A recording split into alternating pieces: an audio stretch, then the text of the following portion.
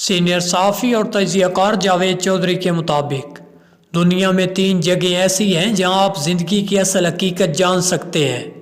آپ کبھی اپنا سب سے قیمتی سوٹ پہنیں، شیو کریں، جسم پر خوشبو لگائیں، جوتے پالش سے چمکائیں، اپنی سب سے مہنگی گاڑی نکالیں، شہر کے سب سے بڑے قبرستان میں چلے جائیں، آپ ایک کونے سے دوسرے کونے تک قبروں کے خطبے پڑھنا شروع کر دیں۔ آپ تمام قبروں کا سٹیٹس دیکھیں، آپ کو محسوس ہوگا ان قبروں میں سوئے ہوئے زیادہ تر لوگ سٹیٹس کے لحاظ سے آپ سے کہیں آگے تھے۔ یہ لوگ آپ سے زیادہ مہنگے سوٹ پہنتے تھے، دن میں 2 بار شیو کرتے تھے، ان کے پاس زیادہ مہنگی پرفیومز تھی یا اطالوی جوتے خریدتے تھے، ان کے پاس آپ سے زیادہ مہنگی اور لگژری گاڑیاں تھیں، لیکن یہ آج مٹی میں مل کر مٹی ہو چکے ہیں، جبکہ قبر کا کتبہ ان کی وید شناخت رہ گیا ہے۔ آپ کو محسوس ہوگا یہ لوگ رتبے، اختیار اور تکبر میں آپ سے بہت آگے تھے۔ مکھیاں بھی ان کی ناک پر بیٹھنے سے پہلے 100 بار سوچتی تھی، ہوائیں بھی ان کے قریب پہنچ کر محتاط ہو جاتی تھی۔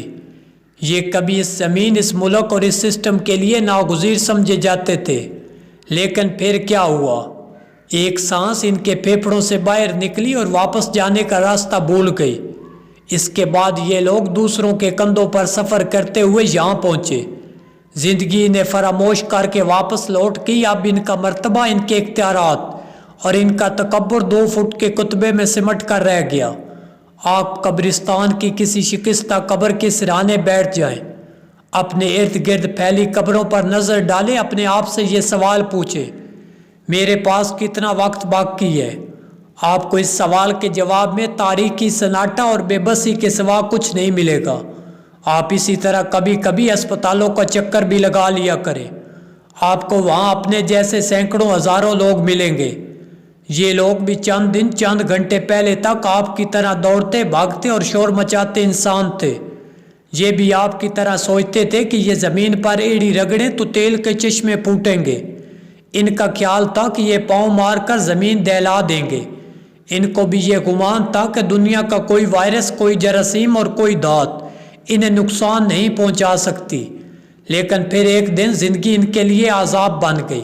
ان کے پاؤں، ان کے ہاتھ اور ان کی آنکھیں، ان کے کان، ان کا جگر، ان کا دل اور دماغ اور گردے ان کے ساتھ بے وفائی کر گئے۔ یہ اپنے ٹھنڈے گرم محلوں سے نکل کر اسپتال کے بدبودار کوریڈورز کے مسافر بن گئے۔ آپ اسپتالوں کی پرائیویٹ وارڈز اور مہنگے پرائیویٹ اسپتالوں کا چکر ضرور لگایا کریں۔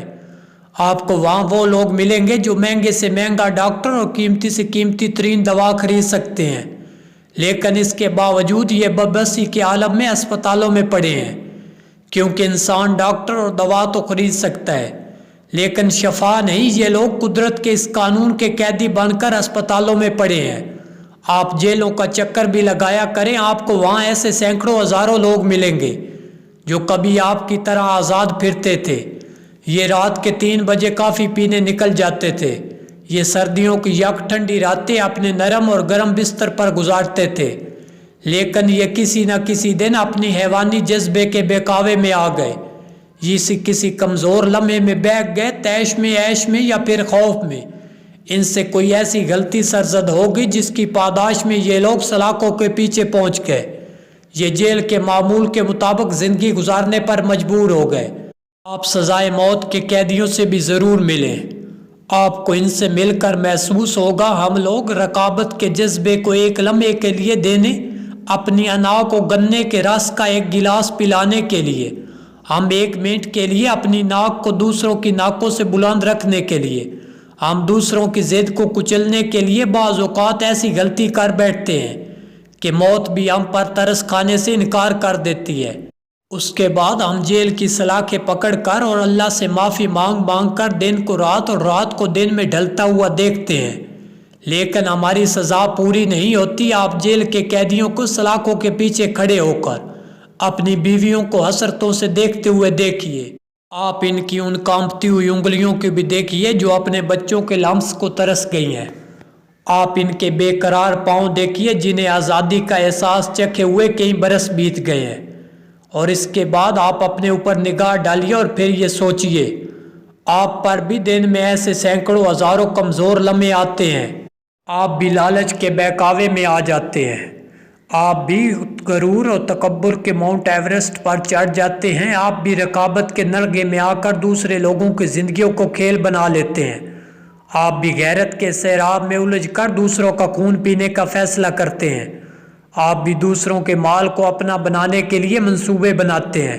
اسی طرح آپ کسی دن پاکستان کے اقتدار کی تاریخ کا جائزہ لیں، آپ حیران رہ جائیں گے۔ مثال کے طور پر آپ دیکھیں ذوالفقار علی بھٹو کے ساتھ کیا ہوا تھا۔ وہ ایک وقت میں عالم اسلام کے سب سے بڑے لیڈر تھے، انہوں نے لاہور میں اسلامک سمٹ بلا کر مسلم امہ کو اکٹھا کر لیا، لیکن اس کے بعد وہ جیل پہنچے، ان کا کیریئر پھانسی گھاٹ پر پہنچ کر ختم ہوا۔